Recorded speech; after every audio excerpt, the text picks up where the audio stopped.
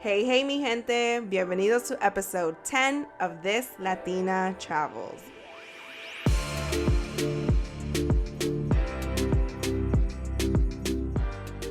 So I decided to break my own rules and record an episode about my latest travel adventure. If you've been following my podcast from the beginning, I have been taking you in chronological order of the places I have traveled to. But let me give you a recap. I started off with Bolivia, then South Africa, Ecuador, Colombia, El Salvador, the Four Corner States in the USA, Mexico Lindo, Puerto Rico, and the U.S. Virgin Islands. So if you missed an episode, make sure to listen to it after this one, of course. Anyways, since I have my latest adventure mostly fresh in my head, I'll be taking you to music, please.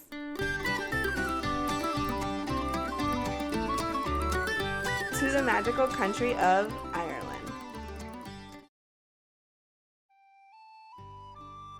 So I need to be honest. Never in my wildest dreams did I think I was going to go to Ireland this year. It wasn't even on my list. This is how it went down. In June, my sister Melissa mentioned the possibility of traveling to Ireland for a work conference in a few months. She told me it would be around the same time as her birthday, which, if you've been following me for a bit, you know I'm all about treating yourself, especially on your birthday. I told her I would think about it. Her job had some package deal, but it was pretty expensive, and I wasn't really trying to drop all that money for a country that wasn't even on my list. But when I looked for flights, I was shocked at how affordable they were. Long story short, her job canceled the conference, but my sister had already bought a non-refundable flight. It didn't take much convincing, and it helped that the flight was still pretty affordable. One thing led to the other, we started talking to our friends, and then boom.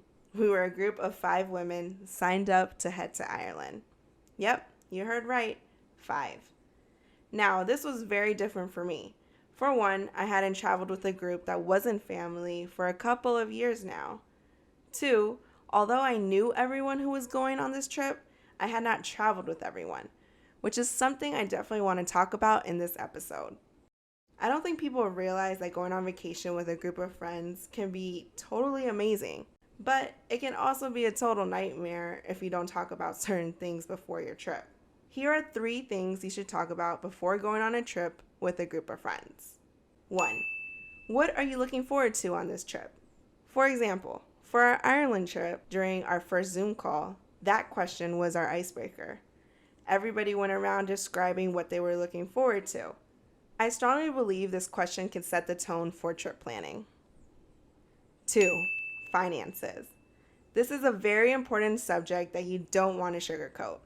I know money can be a tricky subject, but listen, if you don't talk about it prior to your trip, you may be paying for something that is not your responsibility. Questions such as, what is your budget for this trip? Do you have limits? Is there something you want to splurge on? Is everyone okay splitting Airbnbs, hotels, food costs? Do you all have Venmo, PayPal, or Zelle? Make sure to talk about finances before booking anything. The key word is communication. Make sure you get a verbal yes from everyone before booking that Airbnb on your credit card. For the Ireland trip, we all had a task, and I was in charge of booking the stays and excursions with the agreement that everyone would pay me by a specific date. I would not have felt comfortable if we hadn't had these conversations. I don't care how long you've known your friend. When it comes to money, just communicate and be clear about it. 3. Talk about your pet peeves. What are things that annoy you, irk you, etc.? Not only is this a good way to get to know more about the people you're traveling with, but things to keep in mind. Everyone is different, and at the end of the day, we're all grown adults, so communicate properly and be respectful. If fulanito says their pet peeve is sleeping with the lights on, then let's be mindful of that if you're sharing a room with him or her.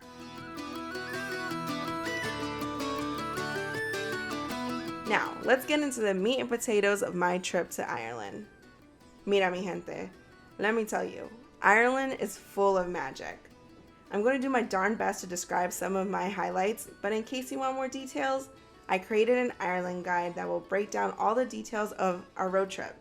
This guide has direct links to all our stops, the Airbnbs we stayed in, all our excursions, recommendations of pubs, food, etc. Don't forget to purchase your guide after you listen to this episode. For starters, we road tripped around all of Ireland. Yep, all of it. The only part we didn't get to do was Northern Ireland, so I will definitely be going back. We rented a car as soon as we landed in Dublin, and we were off. Our first stop was Guinness Lake, otherwise known as Lough Tay, which is known as one of the most beautiful places in Wicklow County. If you remember that Disney movie, The Sound of Music, well, close your eyes and imagine yourself dancing in those mountains. That's how this area felt. It was breathtaking. Now remember, I went to Ireland in September, where the weather can be a hit or miss. It's the rainy season.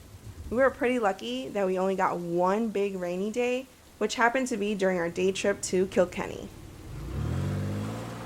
If there was a town that I wish we would have stayed in, hands down, it would be Kilkenny. It reminded me of that one scene in Harry Potter where they are buying their school supplies. I don't know, it just gave me Harry Potter vibes. This is also where we toured our first castle, Kilkenny Castle. The cost was about €4 per student, so if you have your student ID, make sure to bring it, even if you have graduated. This is such a travel hack.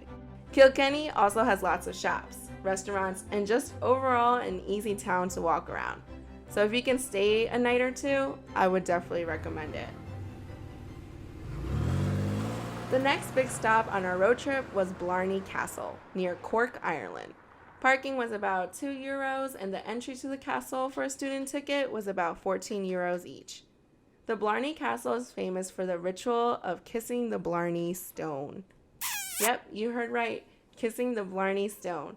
Now, this definitely was an adventure to remember. Side note, do your research before going and try to go during a non-peak time.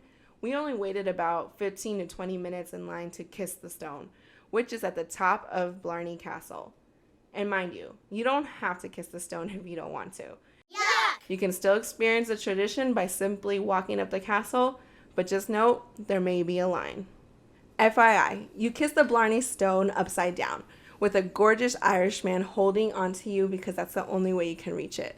So yes, I kissed the stone and I liked it. Get it? Like the Katy Perry song, I kissed a girl and I liked it. Okay, never mind. Let's move on to my next adventure in Ireland, visiting Kerry Cliffs. Wow, simply just wow. This may be a controversial statement, but I think Kerry Cliffs was better than the famous Cliffs of Moher. Now hear me out. In my personal opinion, I think the Cliffs of Moher is super touristy. It's beautiful, believe me, I went to both. They are both simply out of this world. But what stood out to me at Kerry Cliffs was the ease and peace of exploring. Both of these locations are cliffs that oversee the ocean. But Kerry Cliffs was much easier to walk on and wasn't as crowded. It was €5 per person, and literally there are two sides you can easily explore. I think it took us 20 minutes to go up one side and another 20 minutes for the other side. We probably stayed longer at the top of the cliffs taking pictures and videos for the gram than the actual walk. The Cliffs of Moher requires much more walking. I want to say one side is close to a 5-hour hike. We didn't do this. We ended up just visiting the visitor center and seeing the first peak of the Cliffs of Moher. Again, both are beautiful, but if I had to choose one, I would go back to Kerry Cliffs. Our next adventure consisted of attending a traditional Irish music, song, and dance show called Trad on the Prom in Galway. First off, Galway is a whole vibe, so make sure to spend some time in this part of town and get some good food, and if you can stay nearby it, I would recommend it. Our Airbnb was a bit far from the Irish dance show, but we're glad we were able to make it happen. The show consisted of river dancing, which is the known traditional dance in Ireland. It also showcased brilliant musicians that play instruments I have never seen before, like the Ilian pipes. The sound these instruments made were so unique. If you can incorporate a show to your itinerary, Trad on the Prom is one I highly recommend. We bought our tickets online and it came out to about 35 euros each. At the end of the show, you even have the chance to meet the performers. In my show notes, I will link their Instagram handle so you can check out a preview of their performance. Next stop was probably one of my favorite adventures of our trip. We stopped at a sheep herding farm. I was in a bit of a shock to see so many sheep throughout our road trip in Ireland. I knew we were going to drive a bit on the countryside, but didn't expect to see so many sheep. We booked our sheep herding experience online with Glengowla Mines. I will link them in my show notes as well. It was about 11 euros for each person. We had our own live demonstration of what sheep herding looked like, and we got the chance to meet the friendly sheepdog and take many sheep selfies with a bunch.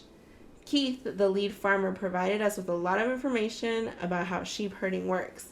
We really had no idea all the hard work behind it. If you're listening, Keith, thank you.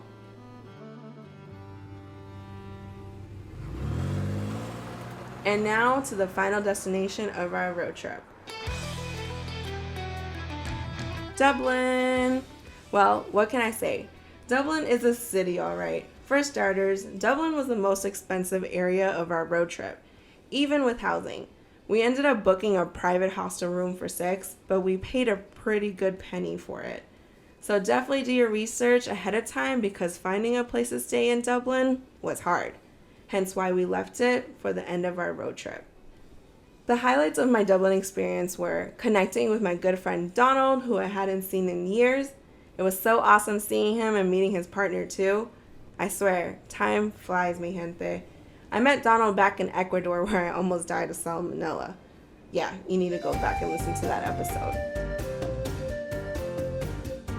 But anyways, shout out to my good friend Donald, who looked at our itinerary and provided awesome feedback. If you have a friend who lives in the country you're visiting, it never hurts to ask them for input, my friends. Locals know best. Another highlight of my time in Dublin was visiting the famous Guinness Storehouse. Now listen, whether you like Guinness beer or not, this place is worth the visit. We were able to purchase student tickets online and it came out to 26 euros each. This ticket includes the entrance and a beer at the end of the tour. Cheers! I made a pretty cool reel on my Instagram that sums up the Guinness Storehouse experience. If you missed it, make sure to check it out. This place also has a huge selection of souvenirs. I would definitely shop till you drop here, or you can also check out the souvenir chain store we saw around all of Ireland called Carol Irish Gifts. As I wrap up this episode, I still can't believe this Latina was in Ireland. I tell you, some days when I travel, I feel like I'm dreaming. I really am living my ancestors' wildest dreams, and you can too, sis. Ireland was magical, and I'm so grateful that I had such an awesome group of women to travel with. Melissa, Gisela, Gabby, and Lily, thank you for making Ireland a phenomenal experience. With that, I leave you. Until next time, mi gente. If you're listening via Apple Podcast or Spotify, don't forget to leave me a 5-star rating and write me a review. But most importantly, subscribe and share this with a friend or two.